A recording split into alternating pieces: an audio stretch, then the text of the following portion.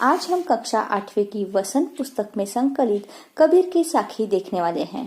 कबीर की साखियों को समझने के पूर्व हम कबीर का जीवन परिचय देखेंगे। कबीर का जन्म सन 1398 में काशी में हुआ था। कबीर के जन्म संबंधित अनेक किंवदंतियां हैं। कुछ लोगों के अनुसार वे रामानंद स्वामी के आशीर्वाद से काशी की एक विधवा ब्राह्मणी के गर्भ से पैदा हुए थे, जिसको भूल से रामानंद जी ने पुत्रवती होने का आशीर्वाद दिया था। ब्राह्मणी उस नवजात शिशु को लहर ताल के पास फेंक आई। कबीर का पालन पोषण जुलाहे दंपति नीमा और नीरू ने किया। बाद में यही बालक संत कबीर, कबीर दास एवं कबीर साहब नाम से प्रसिद्ध हुए। उनकी मृत्यु 1518 में मगहर उत्तर प्रदेश में हुई थी। संत कबीर हिंदी साहित्य के भक्ति काल के एकलौते ऐसे कवि हैं जो आजीवन लोगों के बीच व्याप्त आडंबरों पर आघात करते रहे। कबीर की सभी रचनाएं कबीर ग्रंथावली में संकलित है। उन्हें वाणी का डिक्टेटर भी कहा जाता है। कबीर ने रामानंद जी को अपना गुरु स्वीकार किया था। वे कर्मकांड के घोर विरोधी थे।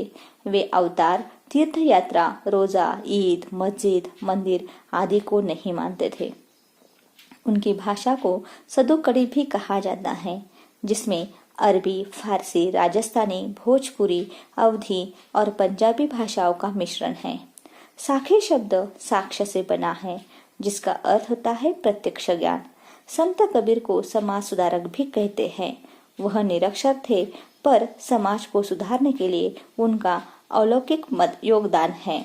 उनकी मुख्य रचनाएं हैं साखी, सबद और रमेनी। कबीर की सभी साखियां नीतिपरक हैं।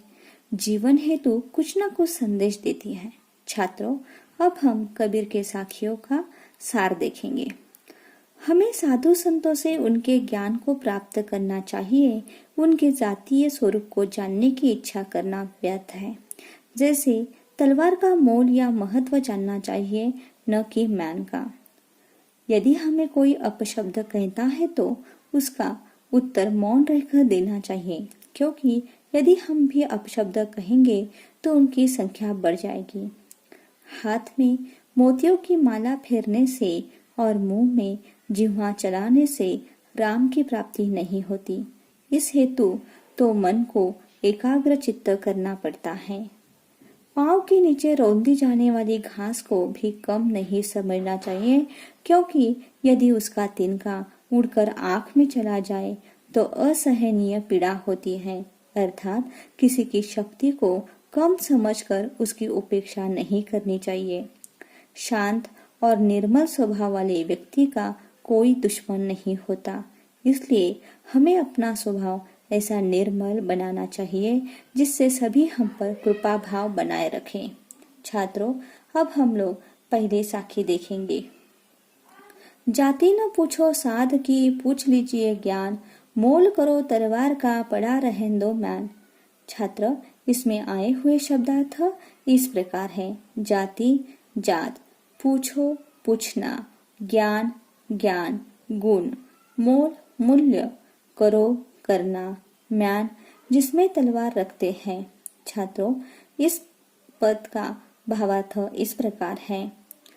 साधु की जाति इसलिए नहीं पूछनी चाहिए क्योंकि वह चाहे किसी भी जाति का हो, हमें केवल उसके ज्ञान को प्राप्त करने की चेष्टा करनी चाहिए।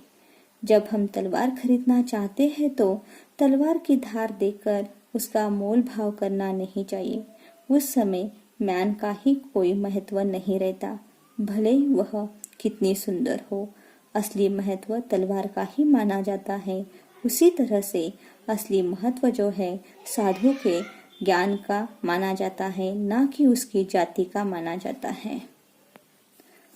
अगली साखी इस प्रकार है।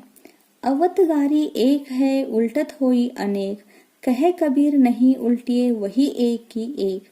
इसमें आए हुए शब्दार्थ इस प्रकार है। आवत, आती, गारी, गाली, अपशब्द, उल्टत, पलटकर जवाब में, होई, हो जाती है, अनेक, बहुत सी, नहीं, नहीं। छात्रों, इस साखी का भावार्थ इस प्रकार है। कबीर कहना चाहते हैं कि जब हमें कोई व्यक्ति एक गाली निकालता है और हम उसके जवाब में उसे पलटकर गाली देते हैं तो ऐसा करने से एक गाली की संख्या अनेक में बदल दी जाती है। जब कोई हमें गाली निकाले या गाली दे और हम उसका उत्तर मौन रहकर दे तो गाली की संख्या एक ही एक रहेगी, बढ़ने नहीं पाएगी। अर्थात हमें किसी को उलटकर गाली नहीं देनी चाहिए। छात्रों, अगली साखी। माला तो कर में फिरे जिभी फिरे मुख माही, मनुआ तो दहु दिसी फिरे यह तो सुमिरन नाही। इसमें आए हुए शब्दार्थ इस प्रकार है। माला मनकों की माला, जिसके मनकों को गिन गिन कर ईश्वर का नाम लिया जाता है। कर हाथ, फिरे चलती है, जिभी जीभ, मुख मुंह, माही में, मनुआ मन, दहु दिसी दसों दिशाओं की ओर, तो सुमिरन ईश्वर का स्मरण करना, नाही नहीं। इन पंक्तियों में कबीर जी कहना चाहते हैं कि हाथ में मोतियों की माला व मुंह में निरंतर जीभ चलाने रहने को पाखंड पूर्ण भक्ति कहा गया है, क्योंकि कवि के अनुसार ईश्वर की भक्ति मन को एकाग्र करके की जा सकती है।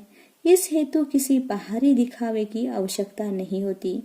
मन के बारे में कवि का कहना है कि मन तो दसों दिशाओं में घूम रहा हो, अर्थात मनुष्य का ध्यान तो ईश्वर स्मरण में न हो, लेकिन मनकों की माला और मुंह में जीभ निरंतर चल रही हो, तो ऐसी भक्ति का कोई लाभ नहीं है।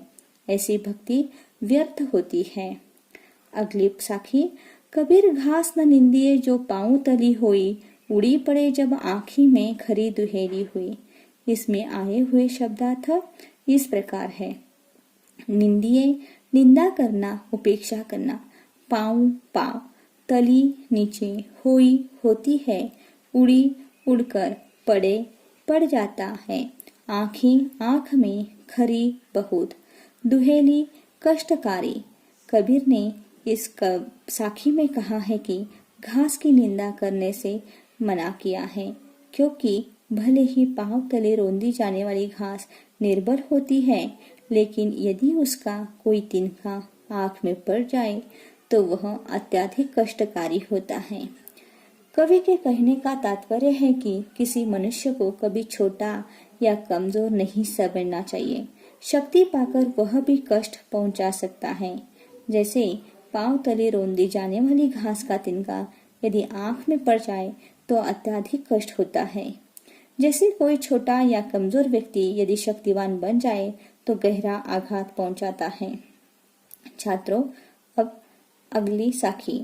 जग में बैरी कोई नहीं जो मन शीतल होए, या आपा को डारी दे दया करे सब कोय। इसमें आए हुए शब्दार्थ इस प्रकार है।